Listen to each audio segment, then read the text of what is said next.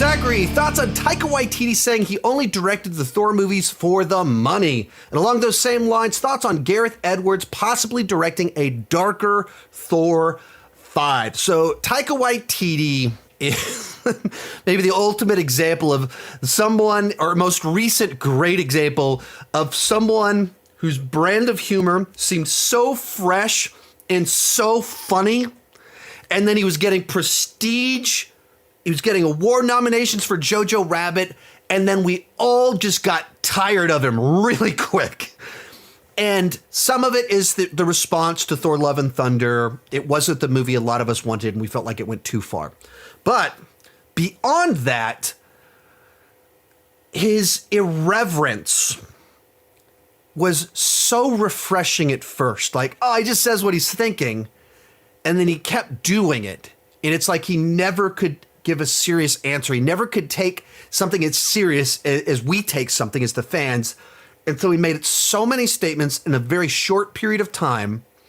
They're just off-putting. Like he threw his own VFX artist under the bus. Like he did some interviews making fun of the VFX in Thor Love and Thunder. There has a darkness like no other. Okay.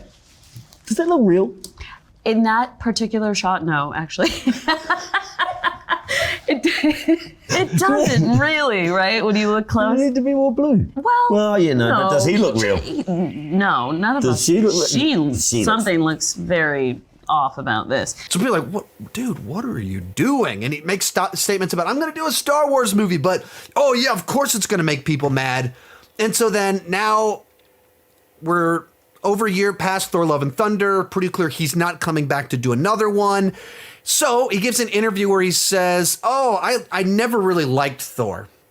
I never read his comics. They were goofy, but I'd had a new kid and I had a lot of bills and I was poor. So I did Thor." And, you know, it's not a secret that writers, directors, actors, they take roles in these big franchise films because they pay a lot of money, they give you a lot of exposure, and they open doors. As soon as you have made $1 billion for a big studio, then they say, sure, we can do Jojo Rabbit. Sure, we can do your soccer movie or football if you're not from here in the colonies. So it opens doors, acting doors, all the different things because you're now a known, recognized brand that has made money. So him saying that, like, there's the side to it that I hear it and I go, this isn't really, like, if we had goodwill with him, if he hadn't said all the other things, this statement isn't that interesting. But when he's thrown his own VFX artist under the bus and all the other things that he says, in that context, him saying all of this, it just rubs you the wrong way. It's not what you want to hear. And when you add to it, he gets like specific. I read the Thor comics and they were garbage. I didn't want to do it. But then, hey, dump truck of money. I got kids.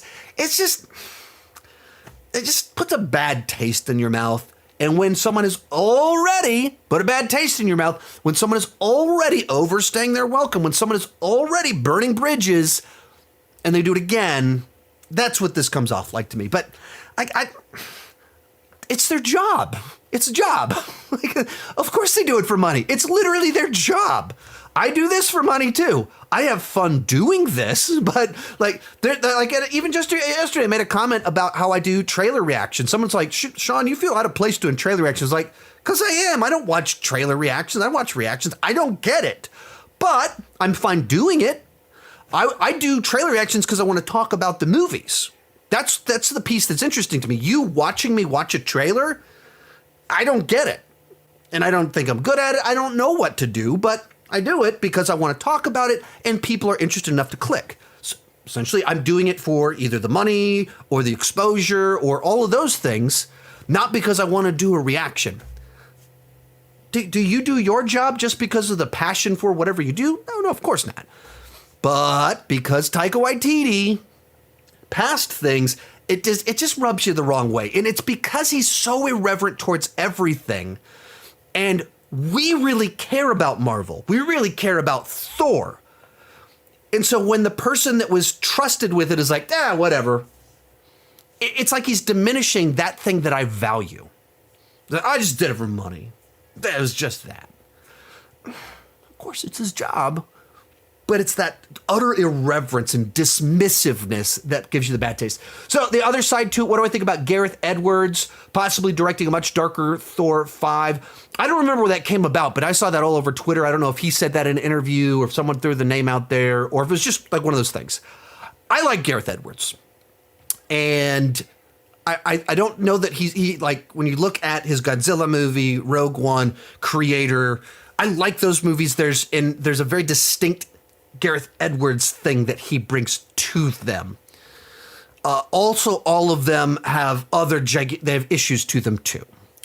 So if they announced he was doing it on a directorial level, I'd be like, oh, you have my attention. But I would also be like, who's doing our script here? I'm not just, and that would always kind of be the case. But I think on a visual level and an energy level, I think maybe he could bring something really cool. But I need to know who the script is. Other problem with Thor, though, is we've already just done so many radically different interpretations. Like Branagh, first film, into Avengers, smooth enough, into Dark World, smooth enough. But we start getting after Age of Ultron, him and Thor Ragnarok is so different. And then he changes again into Infinity War, like very different. Then into Endgame, fat suit. Then into Thor Love and Thunder. These are very, very different takes on the character that we've had. And now we're going to go, let's do a dark take. We've already kind of done a dark tape where he has PTSD and he's broken. Like we've done it. I don't know how much more there is to do with the character. And they've already overplayed so much of this and how they've handled the character. Like we've played out this existential crisis thing so many different times.